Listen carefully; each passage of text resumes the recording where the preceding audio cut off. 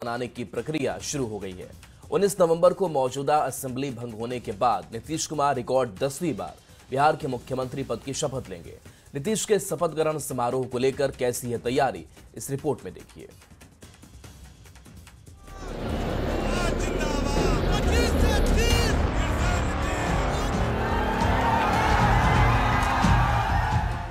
निरंतर नीतीश, अनवरत नीतीश, 5 में नीतीश, 25 में नीतीश, बिहार में बहार है, नीतीश एक कुमार है। ये पंक्ति बिहार की सियासत में लोकोक्ति बन गई है और नीतीश नियति, क्योंकि ये मशहूर नारा एक बार फिर से बिहार के चुनाव में चरितार्थ हो गया है कि नीतीश कुमार 10वीं बार बिहार के मुख्यमंत्री पद की शपथ लेने जा रहे हैं, जिसकी तैयारी बड़े ही धूमधाम के साथ राजधानी पटना के गांधी मैदान में की जा रही है। नई सरकार के गठन के लिए पटना के ऐतिहासिक गांधी मैदान में बड़ी तैयारी शुरू कर दी गई है। संभावित 20 तारीख को नई सरकार का गठन इसी पटना के ऐतिहासिक गांधी मैदान में होना है। नीतीश कुमार 7 दिन के मुख्यमंत्री से लेकर 9 बार के मुख्यमंत्री तक का सफर तय कर चुके हैं और अब रिकॉर्ड 10वीं बार बिहार की गद्दी पर विराजमान होने जा रहे हैं। जो कीर्तिमान नीतीश कुमार ने अपने नाम किया है, वो पूरे हिंदुस्तान में किसी और मुख्यमंत्री के नाम नहीं है। 3 मार्च 2000, 24 नवंबर 2005, 26 नवंबर 2010, 22 फरवरी 2015, 20 नवंबर 2015, 26 जुलाई 2017, 16 नवंबर 2020, 10 अगस्त 2022 और 28 जनवरी 2024 को नीतीश कुमार 9 बार मुख्यमंत्री पद की शपथ ले चुके हैं। बतौर सीएम 10वीं बार भी शपथ लेने जा रहे हैं। ये रिकॉर्ड दूसरे किसी भी राज्यों के मुख्यमंत्री के नाम नहीं है। नीतीश कुमार जी के नेतृत्व में आज एनडीए अपने सफलता के चरम पर पहुंचा हुआ है। इसके लिए मुख्यमंत्री जी के प्रति आभार प्रकट किया।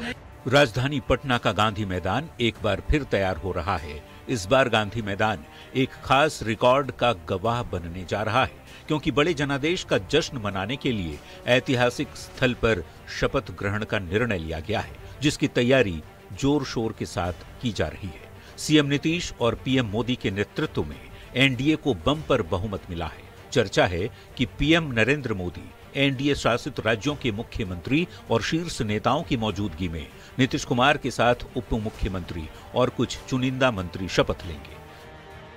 20 तारीख को भव्य शपथ ग्रहण समारोह गांधी मैदान पटना में होगा जाकर के। उसमें देश के माननीय प्रधानमंत्री भी आ रहे हैं, विभिन्न राज्यों के मुख्यमंत्री भी आ रहे हैं करके, और बिहार के लाखों लोग गवाह बनेंगे ऐतिहासिक शपथ ग्रहण समारोह का। गांधी मैदान में शपथ ग्रहण समारोह की तैयारी को लेकर 20 नवंबर तक आम लोगों की एंट्री रोक दी गई है। शपथ ग्रहण के लिए बड़ा मंच तैयार किया जा रहा है, जहां हजारों लोगों के बैठने की व्यवस्था की जा रही है। कड़ी सुरक्षा में पंडाल निर्माण किया जा रहा है, जहां नई सरकार शपथ लेगी। एक दिन पहले 19 नवंबर को मौजूदा सरकार और असेंबली को भंग कर दिया जाएगा और 20 नवंबर की सुबह नीतीश के नेतृत्व में बिहार के लिए एक नई सुबह होगी। पटना संवाददाता विनीता मिश्रा के साथ ब्यूरो रिपोर्ट, न्यूज़ 18। शपथ ग्रहण समारोह की तैयारी को लेकर के बीजेपी नेताओं की सम्राट चौधरी के आवास पर बड़ी बैठक हुई और बीजेपी के प्रदेश अध्यक्ष दिलीप जायसवाल ने यह कहा कि पीएम मोदी शपथ ग्रहण में शामिल होंगे, साथ ही एनडीए के बड़े चेहरे शपथ ग्रहण समारोह में शामिल होंगे। सभी वर्ग के लोगों को भी निमंत्रण दिया गया है। 20 नवंबर को उत्सव सा माहौल होगा।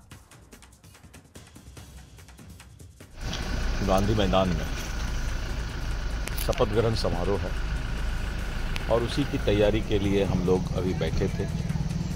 एक उत्सव के रूप में इस शपथ ग्रहण समारोह को हम लोग करने जा रहे हैं और देश के सभी मुख्यमंत्री, उप मुख्यमंत्री, केंद्रीय मंत्री और बड़े बड़े नेता सभी लोग इस शपथ ग्रहण समारोह में। बिहार में नई एनडीए सरकार को लेकर कई तरह की चर्चाएं हो रही हैं। नीतीश सरकार का नया मंत्रिमंडल कैसा होगा?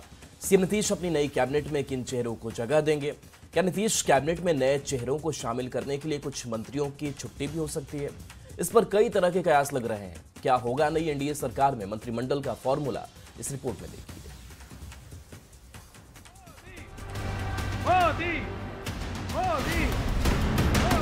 बिहार विधानसभा चुनाव में एनडीए की ऐतिहासिक जीत के बाद नीतीश कुमार सरकार गठन की तैयारी में जुट गए हैं। नीतीश के नेतृत्व में नई सरकार की शपथ ग्रहण की तारीख भी लगभग तय हो गई है और नए मंत्रिमंडल के गठन पर महामंथन भी। गांधी मैदान में 10वीं बार मुख्यमंत्री पद की शपथ के लिए नीतीश कुमार के नाम का ऐलान अब महज औपचारिकता रह गई है। बस कयास लगाए जा रहे हैं नए मंत्रिमंडल के फॉर्मूले और चेहरे की। हम लोगों ने तय हुआ है कि 19 तारीख को हमारा खत्म होगा ये मंत्रिमंडल और 20 को नई सरकार बनेगी। बिहार में नई सरकार गठन को लेकर तस्वीर अब काफी हद तक साफ हो गई है। सूत्रों के मुताबिक एनडीए गठबंधन ने मंत्रिमंडल का फॉर्मूला लगभग तैयार कर लिया है। चर्चा है मौजूदा सरकार की तर्ज पर नीतीश कुमार के नए कैबिनेट में भी 2-2 डिप्टी सीएम हो सकते हैं। बिहार में इस बार का नतीजा 2020 के चुनाव से बिल्कुल अलग है। इस लिहाज से मंत्रिमंडल का स्वरूप भी उसी लिहाज से होगा। 2020 में बीजेपी की सीटें जेडीयू से काफी ज्यादा आई थी। इसके चलते मंत्रिमंडल में बीजेपी का सियासी कद जेडीयू से बड़ा था, पर इस बार दोनों के बीच महज 4 सीट का ही अंतर है। ऐसे में नई कैबिनेट कैसी होगी, इस पर भी मंथन जारी है। बिल्कुल, अब 20 तारीख को फिर नई सरकार बन जाएगी, जाकर कंटिन्यू हो जाएगा, जाकर गैप सवाल ही नहीं जाकर के है। और 20 तारीख को ऐतिहासिक सभी रिकॉर्ड टूटेंगे। गांधी मैदान में क्षमता जो है उससे अधिक लोग आने वाले। बिहार विधानसभा में कुल 243 सीटें हैं। नियम के मुताबिक विधानसभा के कुल सदस्यों के 15% सदस्य को यानी मुख्यमंत्री सहित अधिकतम 37 नेताओं को मंत्री बनाया जा सकता है। मसलन 6 विधायक पर 1 मंत्री के हिसाब से। बीजेपी के 15 से 16, जेडीयू के 14, एलजेपी रामविलास के 3, आरएलएम और हम के 1-1 मंत्री बनाए जा सकते हैं। नई कैबिनेट में सहयोगी दलों के साथ साथ जातीय और क्षेत्रीय समीकरण का भी खास ख्याल रखा जाएगा। जीत है उस नेतृत्व की जिसने बिहार को बदला है। यशस्वी प्रधानमंत्री जी और यशस्वी मुख्यमंत्री जी के नेतृत्व में हम सबों ने बिहार को बदलने का जो काम किया, माननीय मोदी जी और नीतीश जी के नेतृत्व में सब लोग मिलकर काम करेगा और बिहार को आगे ले जाने का काम करेगा। पूरा बिहार इस बार एक हो गया है, जात पात धर्म से ऊपर उठ के। यही है कि एनडीए की प्रचंड जीत हुई है। भी लोगों की उम्मीदें जगाई गई हैं, उस सभी उम्मीदों पर खड़ा उतरना, तो मेरे क्षेत्र में भी मुझे बहुत सारे काम करने हैं। नतीजे के दिन दिल्ली में प्रधानमंत्री नरेंद्र मोदी के भाषण के बाद इस बात की चर्चा तेज है कि इस बार नीतीश सरकार का चेहरा काफी अलग हो सकता है। विकास की गति तेज करने के लिए अनुभवी मंत्रियों के साथ साथ युवाओं को भी कैबिनेट में जगह मिल सकती है। लिहाजा कई नए चेहरे मंत्रिमंडल में शामिल हो सकते हैं और कुछ पुराने चेहरों की छुट्टी भी हो सकती है। सीट बंटवारे की तरह बीजेपी और जेडीयू के बीच मंत्रिमंडल में 50-50 का फॉर्मूला और कुछ विभागों की अदला बदली भी हो सकती है। ऐसे में ये देखना होगा नीतीश की नई टीम का स्वरूप कैसा होता है, जिस पर सभी की निगाहें टिकी हुई हैं। पटना संवाददाता आनंद अमृतराज के साथ ब्यूरो रिपोर्ट, न्यूज़ 18। तो बिहार विधानसभा चुनाव में हार के बाद राष्ट्रीय जनता दल की समीक्षा बैठक हुई और हार के कारणों की समीक्षा की गई। बैठक में लालू प्रसाद ने फैसला लिया और फैसला ये कि तेजस्वी यादव एक बार फिर से नेता प्रतिपक्ष बने रहेंगे और तेजस्वी यादव के नेतृत्व में ही राष्ट्रीय जनता दल यानी कि आरजेडी आगे बढ़ेगा।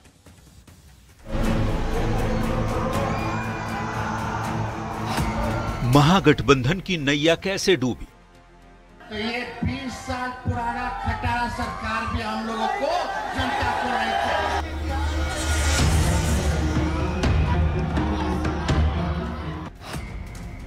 क्यों हुई आरजेडी की इतनी बड़ी हार?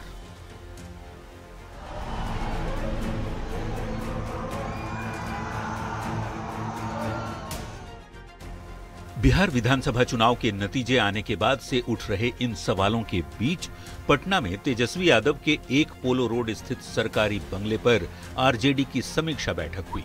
चुनाव में हार के अलग अलग बिंदुओं पर जो चर्चा हुई सो हुई।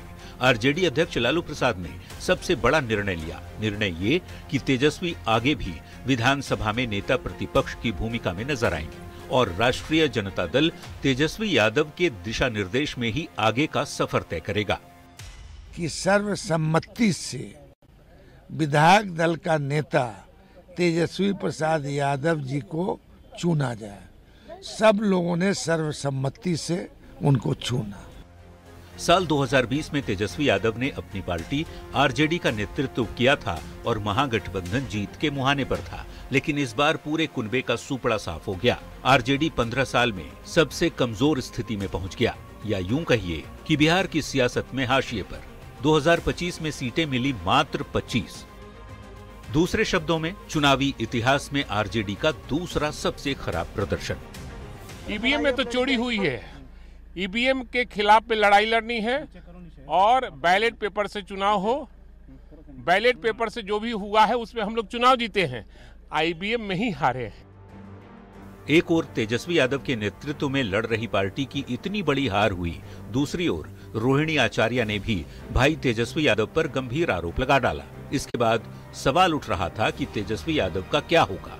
आरजेडी की बैठक में लालू प्रसाद ने इस तरह के सवालों पर ये कहते हुए विराम लगा दिया, आगे भी तेजस्वी के नेतृत्व में ही आरजेडी चुनाव लड़ेगा। घर का मामला घर के लोग देख लेंगे, आप लोग चिंता न करें। सभी घर में इस तरह की बातें होती हैं, घर का मामला हम घर में से लेते हैं। महत्वपूर्ण बैठक में आरजेडी के जीते और हारे दोनों प्रत्याशियों ने सरकार पर आरोप लगाए, क्योंकि किसी को ऐसे रिजल्ट का अंदाजा नहीं था। बैठक में आरजेडी अध्यक्ष लालू प्रसाद, पूर्व मुख्यमंत्री राबड़ी देवी, पाटलिपुत्र से सांसद मीसा भारती सहित चुनाव में जीते हुए विधायक और हारे हुए उम्मीदवारों के साथ पार्टी के तमाम बड़े नेता मौजूद रहे। पटना संवाददाता संजय कुमार के साथ ब्यूरो रिपोर्ट, न्यूज़ 18। लालू परिवार में मचे घमासान के बीच जिन दो चेहरों की चर्चा है वो है संजय यादव और रमीज नेमत। आंसुओं के सैलाब के बीच रोहिणी ने तेजस्वी यादव, संजय यादव और रमीज नेमत पर गंभीर आरोप लगाए। अब पटना राबड़ी आवास के बाहर आरजेडी समर्थकों ने संजय यादव के खिलाफ नारेबाजी की। लालू प्रसाद की बेटी रोहिणी आचार्य ने, जिसने अपनी एक किडनी देकर लालू प्रसाद की जान बचाई, आज उस बेटी की आंखों में आंसुओं का सैलाब है। पटना में रोहिणी ने लड़खड़ाती आवाज में अपनी पीड़ा बताई। मेरा कोई परिवार नहीं है। तो दिल्ली आते आते रोहिणी की आवाज ही बैठ गई, वो रोती ही नजर आई। किसके शहर पे हुआ है उनसे जाके पूछिए। रोहिणी ने परिवार में खराब संबंधों की परतें खोल कर रख दी। रोहिणी ने तेजस्वी यादव, संजय यादव, रमीज नेमत पर परिवार से निकालने, मायका छुड़वाने का आरोप लगाया। संजय यादव से तो सब लोग परिचित हैं। संजय के बाद रोहिणी ने जिस नाम को लेकर सबसे तीखा हमला बोला वो है रमीज नेमत खान। रमीज नेमत का सीधा कनेक्शन उत्तर प्रदेश से है। रमीज नेमत पर उत्तर प्रदेश में 11 आपराधिक मामले दर्ज हैं। रमीज का आपराधिक सफर 2021 से शुरू हुआ। रमीज के खिलाफ हिंसा, आगजनी और उपद्रव का केस दर्ज कराया गया था। अप्रैल 2025 में जमानत पर जेल से छूटकर बाहर आया था। तेजस्वी को ही सब फंसा देगा। मुख्तार अंसारी था ना जी, उसका साड़ू भाई का भाई है वो। जिस रमीज का जिक्र रोहिणी आचार्य ने किया, उस पर अब उत्तर प्रदेश के बलरामपुर में फिरोज पप्पू के चर्चित मर्डर केस में हत्या का आरोप है। लालू परिवार में भूचाल पर सियासी तूफान खड़ा हो गया है, जिसका असर पार्टी पर भी पड़ता नजर आ रहा है। हालांकि लालू प्रसाद ने एक बार फिर तेजस्वी यादव को पार्टी का चेहरा बना दिया, लेकिन संजय यादव को लेकर कार्यकर्ताओं का गुस्सा बढ़ता ही जा रहा है। सोमवार की शाम राबड़ी आवास के बाहर आरजेडी समर्थकों ने संजय यादव के खिलाफ और रोहिणी आचार्य के समर्थन में नारे लगाए। जब नारेबाजी हो रही थी, लालू प्रसाद भी उस समय आवास से निकल रहे थे। संजय यादव और रमीज नेमत को लेकर लालू परिवार और पार्टी में बवंडर मचा है। सवाल तो ये भी उठ रहे हैं कि हत्या का आरोपी रमीज नेमत आरजेडी की campaigning, social media management, daily routine आखिर कैसे संभाल सकता है। न्यूज़ 18 के लिए पटना से संजय कुमार और रवि एस नारायण के साथ ब्यूरो रिपोर्ट, न्यूज़ 18। चलिए खबरों में अब आगे बढ़ेंगे। दानापुर से इसी बीच एक बड़ी खबर का रुख कर लेते हैं, जहां एचडीएफसी एटीएम में लूट की बड़ी वारदात हुई है। एटीएम मशीन काट करके 14 लाख की लूट की गई। दानापुर पुलिस मामले की जांच में जुटी हुई है। 4 बदमाशों ने लूटकांड की इस घटना को अंजाम दिया है। पुलिस बदमाशों की तलाश में जुटी हुई है। तो पुलिस बदमाशों की तलाश में जुट गई है और हर एंगल से पुलिस जांच कर रही है। 14 लाख रुपए की एटीएम से लूट की गई। आपको बता दें कि दानापुर से ये बड़ी खबर आ रही है, जहां एचडीएफसी एटीएम में लूट की बड़ी वारदात को अंजाम दिया गया। एटीएम मशीन काट करके 14 लाख रुपए की लूट की गई। अब पुलिस पूरे मामले की छानबीन कर रही है। सीसीटीवी के जरिए अपराधियों को ढूंढने की कोशिश पुलिस की तरफ से जारी है। और यह खबर सिर्फ आपको खबरदार करने के लिए दिखा रहे हैं। रात के समय अकेली, असहाय और सुनसान जगह महिला को देखकर गाड़ी मत रोकिएगा, नहीं तो आप कंगाल हो सकते हैं। आपको डरा नहीं रहे हैं, सिर्फ सावधान कर रहे हैं। ऐसा ही मामला वैशाली से आया है, जहां लुटेरी महिला मदद के बहाने रात के समय गाड़ियों को रोकती है। जैसे ही गाड़ियां रुकती है तो बाकी गैंग के सदस्य धावा बोल देते हैं और पैसा, गाड़ी, मोबाइल सब लूट कर फरार हो जाते हैं। दरअसल लूटे हुए वाहनों का इस्तेमाल शराब कारोबार के लिए किया जाता है। पुलिस ने ऐसे ही एक मामले का खुलासा किया है, जिसमें ऑटो में शराब के साथ एक विशाल नाम युवक को गिरफ्तार किया गया।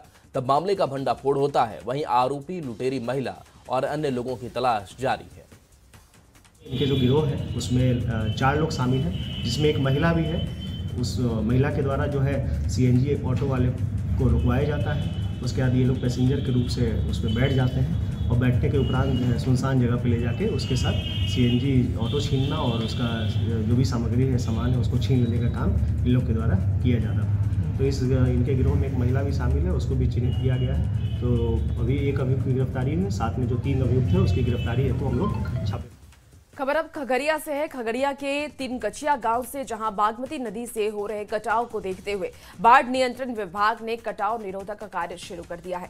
कटाव का कार्य शुरू होने से स्थानीय लोगों ने राहत ली है। आपको ये बता दें कि कटाव के कारण प्राचीन दुर्गा मंदिर पर कटाव का खतरा मंडराने लगा है। कटाव मंदिर के पास पहुंच गया था, लेकिन प्रशासन के काम से लोगों को राहत मिली है।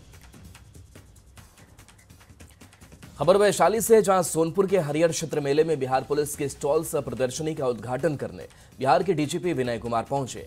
मौके पर पुलिस की पद्धति और तकनीक की बेहतरीन प्रदर्शनी लगाई गई।